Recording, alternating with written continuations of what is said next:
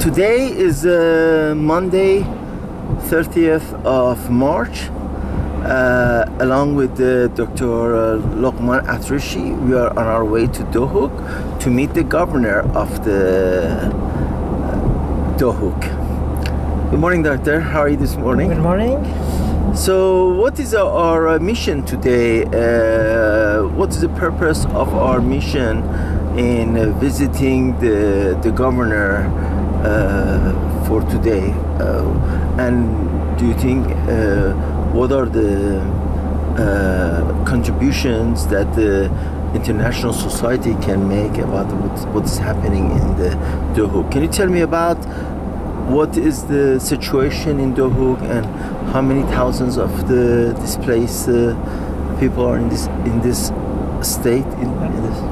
I think it's very important to get absolutely the new updatation about the IDP situation in the Dohuk, because the Dohuk is the place which they have already taken care of the 60 persons of all the refugee and IDP in the Kurdistan. Mm-hmm. And I think this 60%, yeah. Wow. And this gentleman has done a lot job and a great job during the last few months actually. So it's been very interesting to listen to him and hear about what is the planning for the future, because many people, they still believe in that these people are not going back to their home soon. They will be here for a long time. So it's been very interesting to know that what is the planning for that one. I see. And as you know, the international organization, they have not been able during these months to help a lot. So they have done many help with the many charity organization, NGO. Mm-hmm. So it's been very interesting to know their plan for the future. I see. Roughly about how many thousands of the displaced Iraqis or Syrian refugees are housed in this state? It's going about 800,000 ADP and refugee from the Syrian in this part of Interesting. Interesting. And how this state was able to house so many people? I mean, how did they were able to manage it? Yeah, in the beginning it was very difficult because they occupied all the schools, general building, non-finished buildings. Yes. And actually the school started first in January because they couldn't start in the September as usual. Because the schools were occupied by the IDP people. So the governor and the staffs and with all the others organization, they take them to the refugee camps. So now if you come to the Dohuk, you don't see anymore the people in the unfinished house or in the schools. So I think it was a great job for a short time we done with him and his team. How can the international community who are watching this program, what contributions they can make to make some changes to assist this state in regard to to make this 800,000 people more comfortable? We are facing every day the new things. The first step was to put them in some place and give them accommodation. Yes. And then even if you give them accommodation, they are human beings. They need many other things. They need food. They need clothes. They need education. Mm-hmm. They need health care.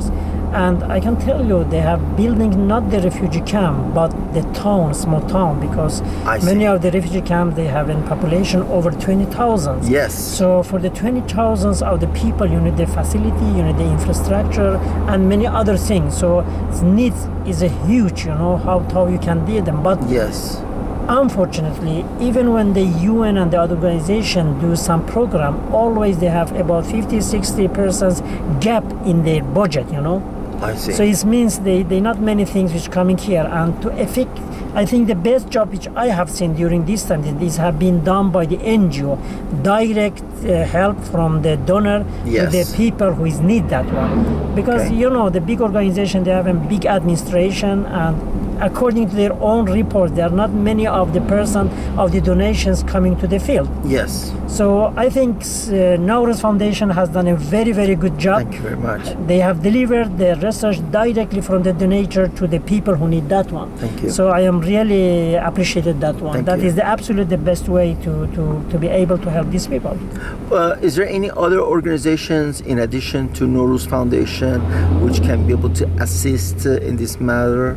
Yeah, there is a lot of others. As example, the Kurdish Swedish Medical Association, they have been here from the beginning of the crisis, and they have run a clinic and a bakery in one of the refugee camps, and they give the service to about 18,000 people in those two camps. So, and they still did, but they faced many problems as well because they are dependent on the private donation from the private people and maybe some organization. So every dollar can save the life. So absolutely.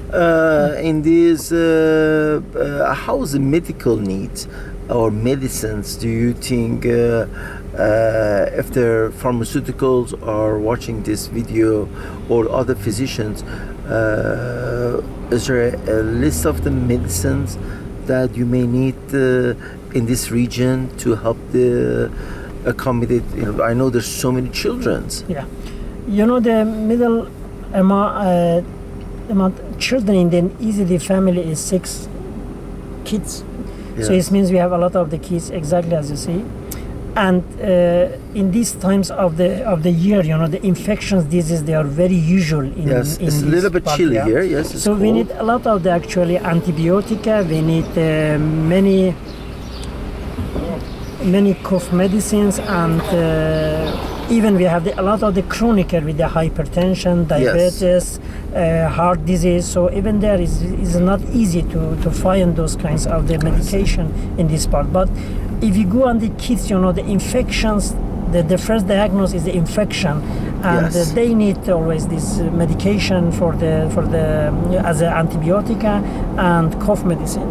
Okay, well, thank you, doctor. I hope I know that there's so many children in this state, and there's so many from the Formula One from formulas, milk to medicines, the children's this, and there are if you're watching this, you can contact Norooz Foundation at www.norooz.org, or you can contact Joint Help Kurdistan,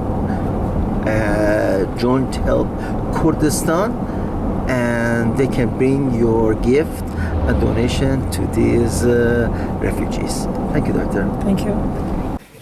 Bahman, how do you do? Thank you. How are you? Thank you very much for receiving me. Thank you very much.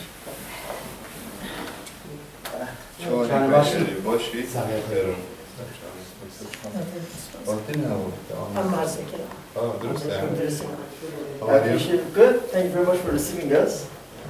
You become a governor and having a major crisis first day in the office is a big challenge and a big responsibility. And you have a very beautiful city. I've been to visit Dohuk several times since October, and every time I come, I see so much changes.